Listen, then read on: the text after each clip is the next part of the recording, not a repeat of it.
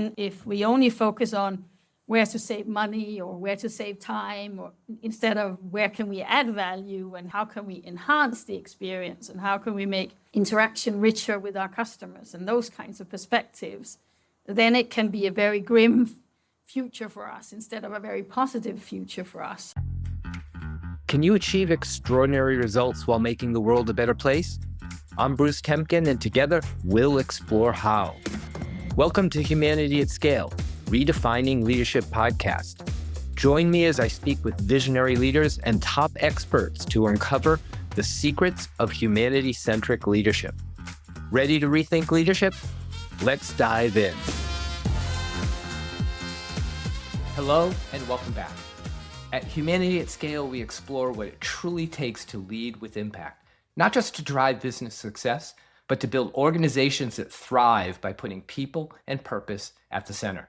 But in a world of constant disruption, evolving customer expectations, and rapid advancements in AI, how do leaders stay connected to what really matters? How do you align an entire organization around truly understanding and serving customers? And how do you embed empathy into corporate culture at scale, ensuring that technology enhances human connection rather than replacing it? To help us unpack those critical questions, I'm thrilled to welcome Conny Kalcher, Group Chief Customer Officer at Zurich Insurance Company. With over 30 years of experience in customer experience, global brand marketing, and leadership, including decades at Lego, Conny is driving a major transformation at Zurich, proving that empathy isn't just a soft skill, but a competitive advantage. Today, we'll explore how she and her team are reshaping Zurich's approach to customer experience, embedding empathy, personalization, and innovation into the heart of the business while balancing digital transformation with the power of human connection. Conny, welcome to the podcast. Thank you very much, and thank you for having me. Conny, I'm tired talking about all the things you're doing. You've had such a remarkable career, from Lego to leading customer transformation at Zurich. Can you share a few key moments that have shaped your professional journey? Yeah, I can. I think the one key moment that definitely shaped my career was when Lego was having a crisis. As you mentioned before, I was there for many years, and we were always used to kind of the following year we would grow with 10, 12%, and then the next year we would grow 10, 12%. And then we started doing film licenses, and suddenly we couldn't control the bottom and the top line at the same time. So in a film year, the top line would grow tremendously, and we would earn lots of money. But then the year after, the top line would drop, and we were just so used to just adding more to the cost as well, without being able to manage that year on year. So we got into a deep crisis that was about that, but it was also about being relevant to kids of today, or then. Actually meant that we almost lost the company, and for the first time, Lego was having a CEO from the outside coming in and kind of reformulating the strategy. And that whole crisis situation, I would say that's where you learn the most.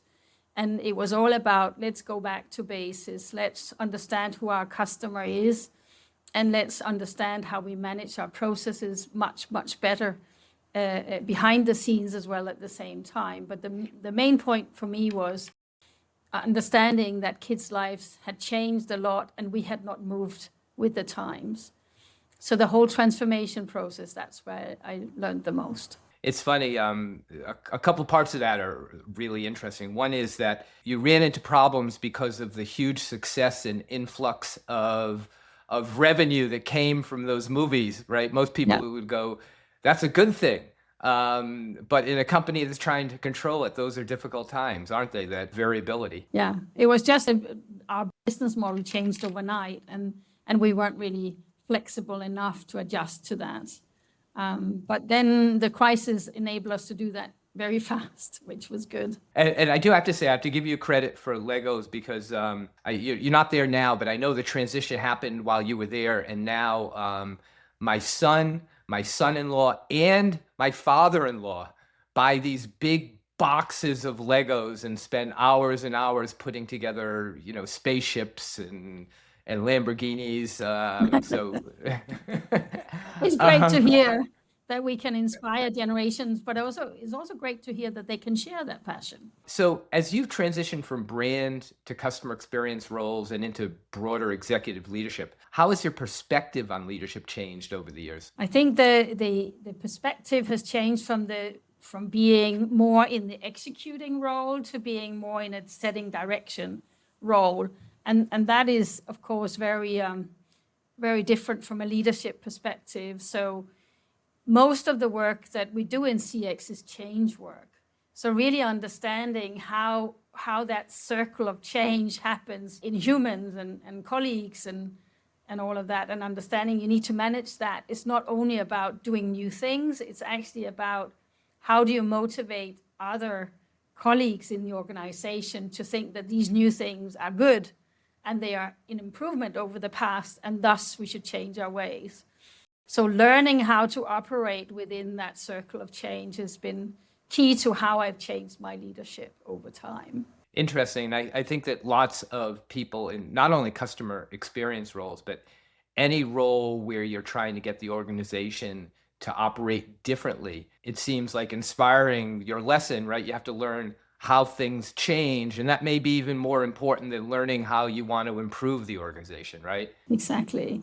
And also, you cannot know everything. You can't be the master and expert in all the processes or what needs to be done. So in CX, you cannot do it on your own. It's not like you tell people what to do and they all march in that direction. It's more about setting frameworks and strategies, and maybe also processes and structures that will help people do the right thing, but doing it their way based on their expertise. So everything needs to be co-created. It cannot be dictated. That would never work. But it's always very collective, which is also the inspiring part of it, that you get to work with many different experts in different parts of the business, and together you create the new path forward. Conny, we might already have the title for this: co-created, not dictated. I love that. So for our listeners who, not everyone's from the customer experience world, when we talk about CX, that's shorthand for customer experience. So let's talk about the business case for being customer-centric and focusing on customer experience. Many leaders see CX, customer experience, as a nice to have, but you've made it core strategy at Zurich. What's the business case for prioritizing customer centricity, especially in, what people might think of as like a non-customer caring insurance industry? I think the whole pressure comes not from within the industry, it comes from outside the industry. So other digital first companies are really defining what a good customer experience is today. And we have no choice. We kind of have to live up to those expectations. We can't lean back and say, yeah, but you can get a parcel from Amazon overnight, but we're insurance, so you can't change your address. That doesn't work anymore. So we have to live up to the expectations of our customers. And I would say one thing that is being defined outside our industry, and then I would say one thing that helped us was COVID. Because of COVID, we needed to operate our organization with 60,000 people around the world online. We could not just leave the customers behind. And as part of that process, we all realized, also people that are not in CX, how important it is.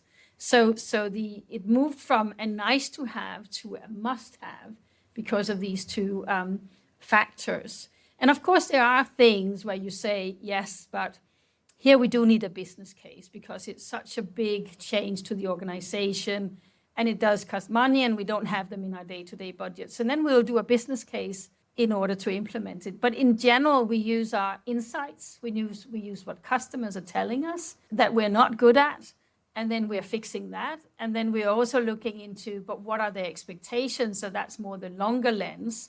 So it's not just fixing the basis, but what is our target state? Where do we aspire to go to?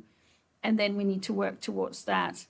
And we defined it in a sense in the company. We defined two things. The vision for CX is to build a meaningful relationship. So moving away from being a typically transactional company to becoming a company that cares about the customer at the other end. And since we interact so little in our industry, is often if there is a claim or a problem we interact, then every opportunity we have needs to be building towards that relationship. So that was the ambition. And then to make that even clearer, we implemented 33 standards, CX standards, which is based on what good looks like. This is how we want to present ourselves to our customers. That's how the experience we want to give them. And then we set the targets for the markets to, over a couple of years, to actually get up to that standard.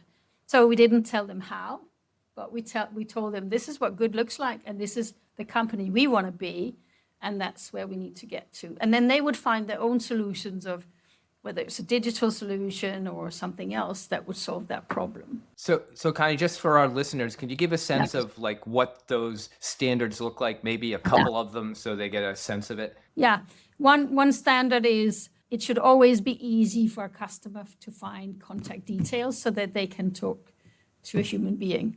So we are not going to be that company that doesn't put the phone number anywhere, or you have to scroll through 20 different pages in order to get there. It needs to be easily accessible because we want that contact. We're interested in servicing our customers. That could be one. Another one where we're not there yet is that any new conversation with a customer needs to pick up where the last one ended, which of course means that we don't ask them to then answer 20 questions that they have already answered, or if they call customer service, we should have their history of what we've talked to them before. So a relationship goes two ways. It's not just the person at the other end that needs to we need to build a relationship with. We also need to do our work, our homework, so that we acknowledge that this is a relationship. So I love it. So it sounds like at least the standards you mentioned there could all be defined as almost promises to customers, right? Yes. You could transition those as all, here's how we want to show up to our customers and get to that. And they were based partly on what customers said to us we could do better. So it's based on insights, and then based on our own ambition to what we've learned from other companies doing this well, that we could learn from them and thus implement. So you mentioned insights as being a part of what's driving this. What lessons have you learned about what truly works and what doesn't when it comes to hearing and responding to customers? First of all, you need to really listen to what customers are saying. And often it's not only about listening to individual comments, it's also understanding the data, or what's the sentiment in the feedback you're getting, or how big is the size of the problem, and all of these things. But even if the problem maybe is not big on a company scale, it's very important to the individual. So what I've learned about that is that you need to know your data, you need to know your insights, all your sources, and put them to good use in how you execute your business. And then you need to analyze the data so you really get to the essence of what is the problem. And then you need to kind of acknowledge towards the customer as well that you've heard them, and you've seen them, and you've changed something. And that needs to be done in a way that is empathetic. It needs to be done in a way that is meaningful, like in a human conversation. It's not a functional thing. It's a human conversation we're having with our customers. So a lot of that sounds like you listen to insights, and we know what customers usually tell you is what's broken, right? They tend to be much more articulate about what's broken than about what they aspire you to do in the future and all that. So how do you manage keeping the innovation high at Zurich from the insights that are generally pushing you to solve near-term tactical problems, right? How do you keep the innovation going? That's a fair point. So we do both. I would say we do the fixing of the basics, and then we have also a drive to constantly innovate what we do in our solutions or how we engage with customers.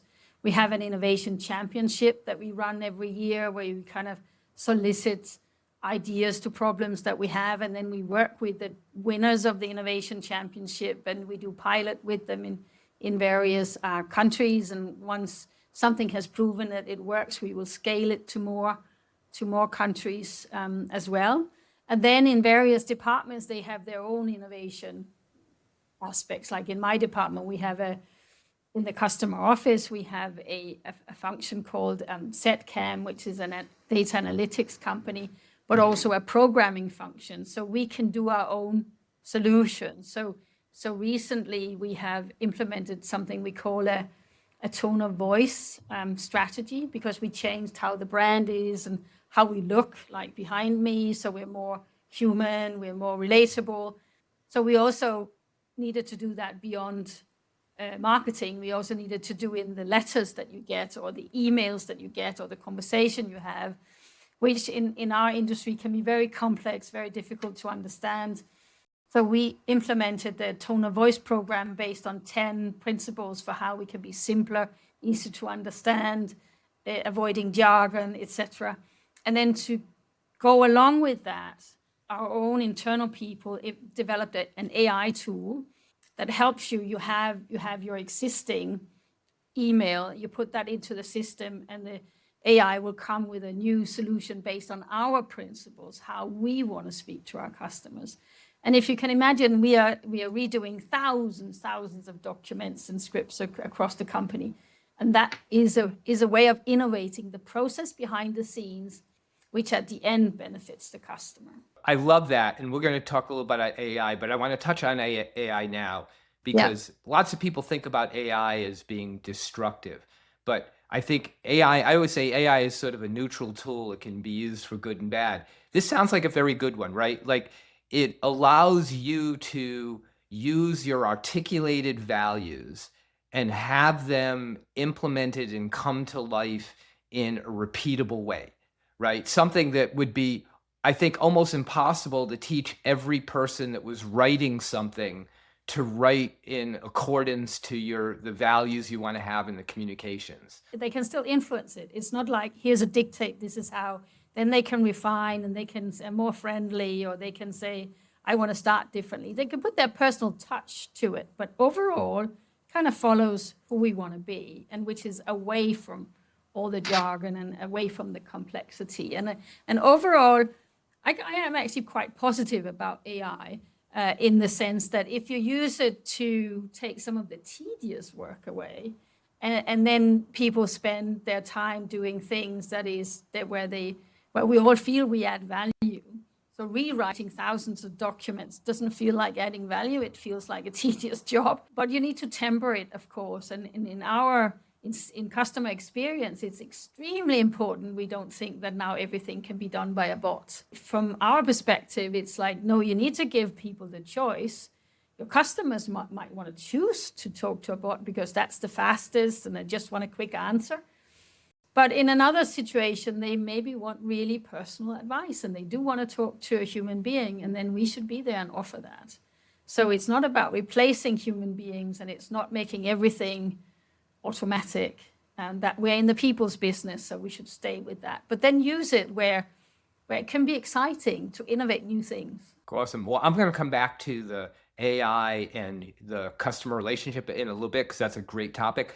But I want to stay on a little bit more on the values driven, right? Like in the past, if an organization, a big organization like Zurich, had come up with sort of someone in a chief customer office said, we want all of our communications to look like this or go to these standards, it might be nearly impossible to implement that. So since AI allows it, do you think that that's going to help your organization and other organizations think, well, it's worthwhile for us to think about our values because now we have a way to actually influence them more effectively? Like, that's my hope, right? That it raises the looking in the mirror and deciding who we want to be because we can do something with it. Absolutely. I think as companies, we have choices to make here. And if we only focus on where to save money or where to save time, or instead of where can we add value and how can we enhance the experience and how can we make interaction richer with our customers and those kinds of perspectives, then it can be a very grim future for us instead of a very positive future for us. So yeah, if we can apply it that way. When we did the policy internally here, we definitely had lots of discussions about what are our values and what does this mean for us and what kind of company do we want to be in this space. And to begin with, you're maybe a little bit blind, but as we get more and more examples of what this is and what this could be or should not be, we will probably tweak it. But I think it's very important for us all to keep humanity in this, to make sure we are still human. And that's also why our tool doesn't spit out the final results. It gives you some options, and then you will influence that. And I could never see us doing everything from here and then just sending it out. It would be arrogant and not understanding the business, right? That's where the local human interaction comes in and is very valuable. Awesome. So you've mentioned a lot of change going on at Zurich. First of all, we sort of glossed over this, from interactions to relationships, like as if that just happens overnight. That's sort of a substantive change in how an organization operates. And we talked about even how content gets put out, not just directly, but through AI. So there's a bunch of this going out. So this requires like culture change. And you've led cultural transformations at both Lego and now at Zurich. What leadership principles do you think are essential for embedding empathy into an organization's DNA? I think there's an element of how to inspire that and then role model that as well. And since I came from a very human-oriented company, it was all about emotions. It was all about how to make that emotional connection with the child. But that's actually the same in all industries. It's not about what we sell. It's about the people we sell to is our customers. They bring in that emotional level. So one of the first things we did was redefine our purpose and also define that it should be less the company over here and our customers over there. We should be seen more as one, and we should add more value to our customers' lives. So not just in protection, but in prevention, protection, and service. Then you can already see by mentioning these three words, it becomes much more emotional. It becomes much more like, no, we really want to add value to your life. It's not a transaction when something goes wrong. It's like, we have knowledge here we can help you with. We have tools here we can help you with. And we also have services that will make your life easier. So bringing empathy into this and thinking about this as a not financial services, but it's actually a human connection. We're playing a role in society here for people. And sometimes I'm a little bit annoyed about how badly we tell the story or the narrative of insurance is not very well explained.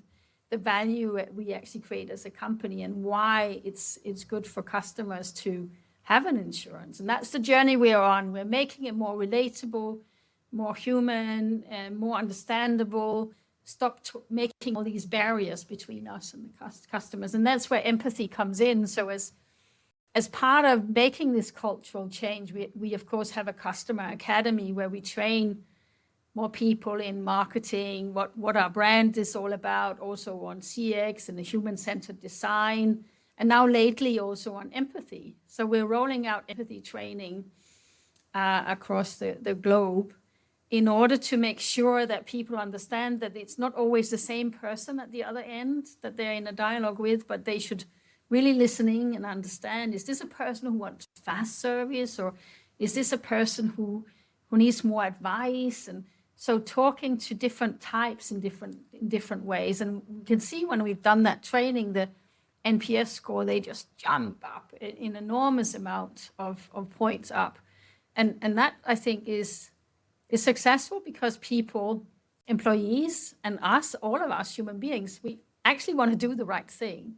So when somebody helps us understand that a conversation can be very different if you start with the other person and are empathetic towards them, it becomes a better conversation. And the other thing we learned from this training is that collaboration actually improves as well, because empathy is not only about how you talk to your customer, it's also about how you talk to your colleague or your family or anybody.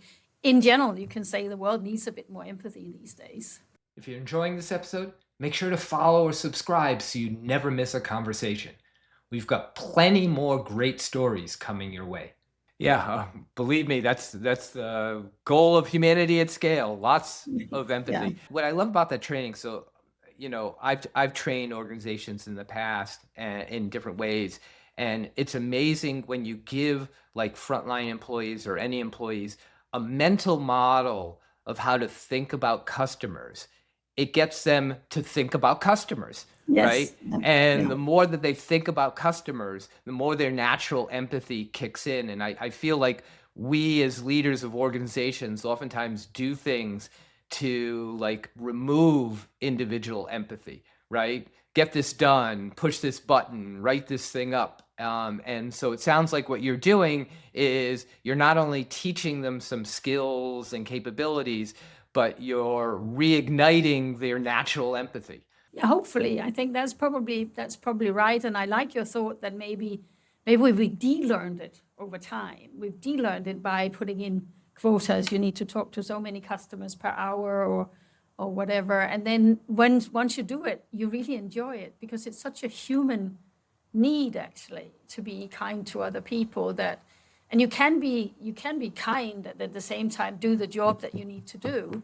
But if it gives you more joy in your job, well, that's another added benefit. Well, and I do think I love the repurposing of what the insurance organization is there to do for customers as opposed to sell insurance, right? I find like I got to believe that when employees understand and hear that, that's much more inspiring than I'm going into work today to sell another policy. Yeah, for sure. You're going in there to help more people. Yeah, and also prevent more things from happening because if you think about how risk is going up in society in general, with climate change and all of the storms we have, the fires, the floods, and all of these things, we're getting impacted more and more by these things. So it's not just about protecting against it, but how can we help preventing it from happening collectively? Well, we've talked about change and culture change. I think you've provided sort of a sense of some of the great things you're doing in the movie making, but I'm sure it's not always perfect and doesn't always work out exactly how you think. So what are some of the challenges you've run into in terms of trying to make wholesale and large scale change of culture in an organization? Well, some of the challenges are the difference between the industry I was in and the industry I'm in now. So in fast-moving consumer goods, it's marketing-driven. It's customer and marketing-driven, and everything in the center of these companies are the marketing people, the customer people, if you want. In insurance, that's different. The marketing is seen more as a peripheral thing. So it's how to make it relevant and not just a nice to have when we need it is a big change. And then you have, as in any organization, there's always the pendulum. Headquarter decides everything. Oh, no, BUs decides everything. And in reality, it has to be somewhere in the middle. It has to be a collaboration. There are things that we do decide centrally. We don't discuss how our logo is looking. That's decided. We don't discuss our visual identity. That's decided. The purpose we don't discuss. How we execute customer experience journey, that's definitely in the local realms of this decision making because that's where they understand their own processes. So the other thing I came from was everything was global assortment, a global planning year, a global, and this is regulated, so it's very much dependent on local regulation. So everything is local. So for me, that's been a big change that you can't act the same way as you do in a global company. You need to act and collaborate in a different way in a company that's highly regulated and very local. So that's another challenge is the pendulum and then how to make sure that you act within that industry model that you're in. So it lands well, it gets executed well. And then of course you have to begin with, you always have doubters. What is this all about? And when I joined, I think they'd had 5 CMOs in 5 years or something like that. So people looked at me and, well, she's going to go soon. She won't stay. And so there's that as well. How do you come into a new organization in a new industry? You're not the expert.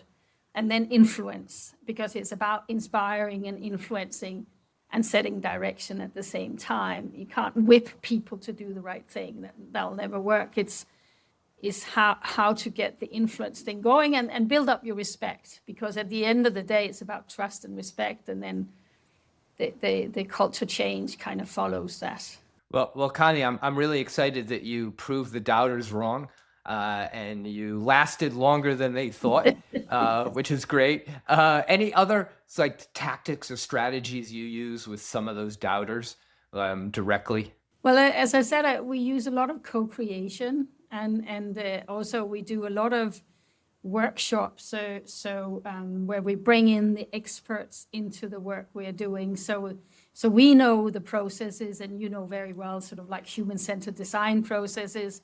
So having strong process where people feel comfortable, but they also can see that what you achieve together is better and more solidly based in insights and knowledge. So that kind of is very convincing as well. So they're bringing people with you, but in a way where you know how this works, you know what the process should be in order to get there. You don't define the outcome, but you help with the process. That's a big part of it as well. And I also think in the case of Zurich, because we looked into a brand that really needed a refreshment. It really needed to belong to today, and it didn't. Although we have proven that we've been here for 150 years, so we do know how to change, but it just hadn't happened for a long time. So you got the excitement of, seeing the new brand. Oh, wow, now this is dynamic and it can be animated and there are more colors. And this looks like something I'm seeing on my Insta feed. It doesn't look like what our customers were telling you are a bit cold, you're a bit distant, you're not really relatable. So I think the whole organization also felt pride in that. And then we dialed up more external communication, and that also makes you feel proud of your brand, that you see it in the streets, you see it on television, you see it in social media, and it presents itself if it belongs. That is a big change. So there's a lot of that creates a positive momentum as well. So that's great. So you have culture change going on in the organization. You're trying to shift from interactions to relationships, and you have this AI thing coming on. So I want to get back to like the AI and all of this mix. Like it could either enhance or erode customer relationships depending on where it goes. So how does Zurich ensure that AI is used to strengthen rather than replace human connection? You talked a little bit about it in the content, right? One of the things was we're not going to have AI be the final arbiter of exactly what customers see. But how do you think of it more broadly, keeping AI as strengthening, not replacing human connection? I think it's definitely not, we think at Zurich, it's not about replacing human connection, but it's in enabling us to do more and better things with our customers faster. We've reduced claims processes from being, weeks to being 24 hours. Well, that's important for customers. Or we have also reduced claims in the sense that we have something called FROP, so fraud detection, and where we quickly can assort the claims from these are easy, pay out immediately, these we need to look closer at, which means that all the people who have an easy claim, they're not suffering from delays because of these other claims. So the way we are implementing it is more like along those lines of where it can help in a process, but not replace a process, where it can take complexity out, where it can give us more shortened time to service our customers, those kinds of things.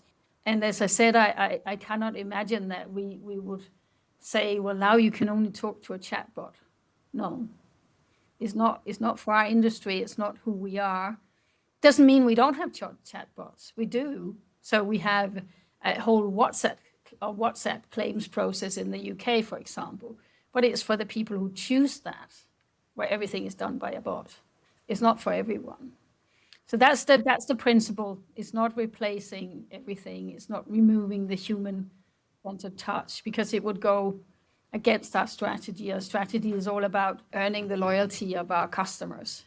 So you don't do that by putting barriers between you and them. So when you think about how you're using AI and how AI will be used in the future at Zurich, do you think about things like ethical use or ensuring, because you already think about how it touches customers and you don't want it replacing human connection, but do you also think about how you maintain your ethics with AI? Yeah, for sure. It can be having to do with risk selection, for example, where a model could have a bias towards certain people living in certain places or for certain backgrounds or income, et cetera, et cetera.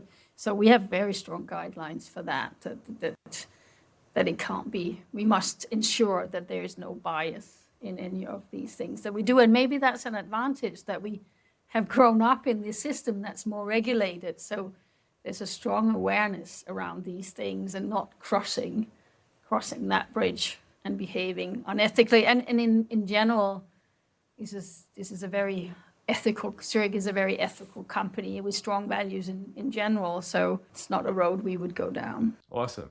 So I want to put on your thinking cap and have you look a little bit into the future. So looking ahead, how do you see customer relationships in general evolving in the next 5 to 10 years? So overall in Zurich, given the way the world's changing, the way the technology is changing, where are customer relationships heading? I think they're heading towards becoming deeper.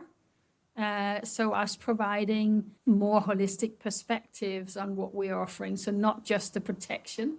So in some countries, for example, we have in the UK, for example, you can buy, if you have a life insurance, you can buy an extra amount on top. And then if you take that out, you can get cancer treatment in various places of the world, or you can seek out a trial that's not being done in the UK, but you can go there to have it.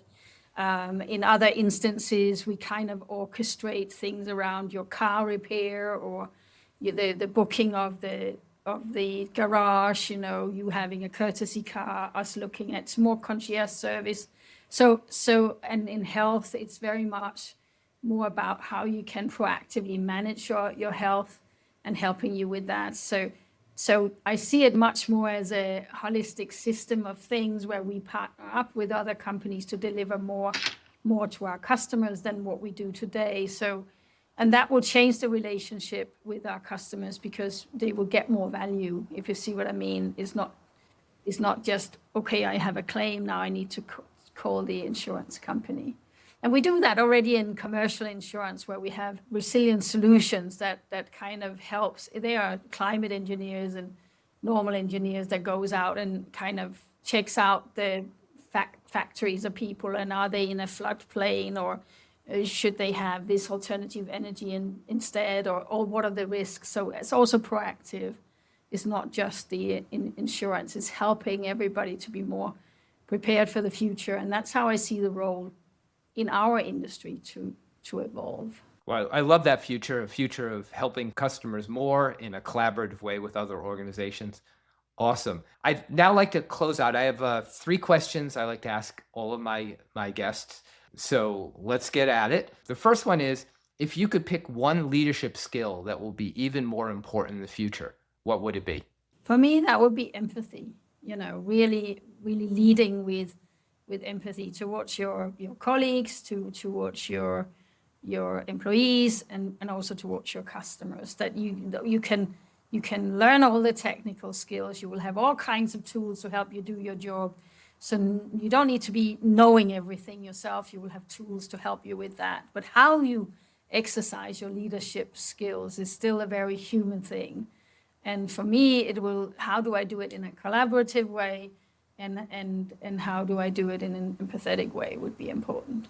Awesome. Now, I also like to give my guests a magic wand for a short period of time, because I know the world would be at risk if it just got out all the time. But with your magic wand, if you could change one thing that would make organizations more humanity-centric, what would it be? I would focus less on hierarchies and silos and have flatter organizations that would work more like squads together rather than being in rigid structures. So more flexible organization organized around the task to solve across silos would be the one I would say. Now, last one, for leaders who are inspired by your work, what's one final piece of advice you'd like to leave them with? It would be learn as much as you can from other practitioners. So learn from other people who are doing similar or the same or adjacent jobs to what you are doing, from other industries, and then steal with pride where you can and make it yours. I love that. Steal with pride, don't dictate, co-create. Exactly. Oh, a lot of great insights. Thank you, Connie. That was a great discussion. Thank you very much, Bruce. Good to talk to you. It's a pleasure. I hope you found my conversation with Conny Kalcher as inspiring and thought-provoking as I did. Her experience reminds us that customer centricity isn't just about technology or strategy. It's about empathy, personalization, and creating real human connection at every touch point. If you enjoyed this discussion, please share it with your colleagues and friends who are navigating similar challenges. And don't forget to subscribe for more inspiring conversations on what it truly means to lead with impact and purpose. Now let's dive into the after show, a segment where I'll reflect on key takeaways from my discussion with Connie and share some additional thoughts on how leaders can bring these ideas to life in their own organizations.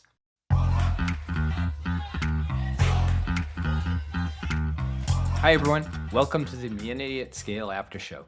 I always enjoy these moments to step back, breathe a little, and reflect on the incredible insights shared by my guests. And today's conversation with Conny Kalcher, wow. That was a masterclass in empathetic leadership, strategic transformation, and using customer experience as a real lever for change. So let's unpack this. Here are 5 key takeaways that really stuck with me. First, empathy isn't a soft skill. It's a strategic lever. Connie was clear that Zurich's transformation isn't about feel-good language, it's about performance. By embedding empathy into processes, training, and technology, they are not just improving customer experience, they're building deeper relationships that drive long-term loyalty. What stood out to me was how this shows up internally as well. Through empathy training, employees aren't just learning how to serve customers better, they're building stronger relationships with colleagues. That kind of cultural shift pays off in every direction.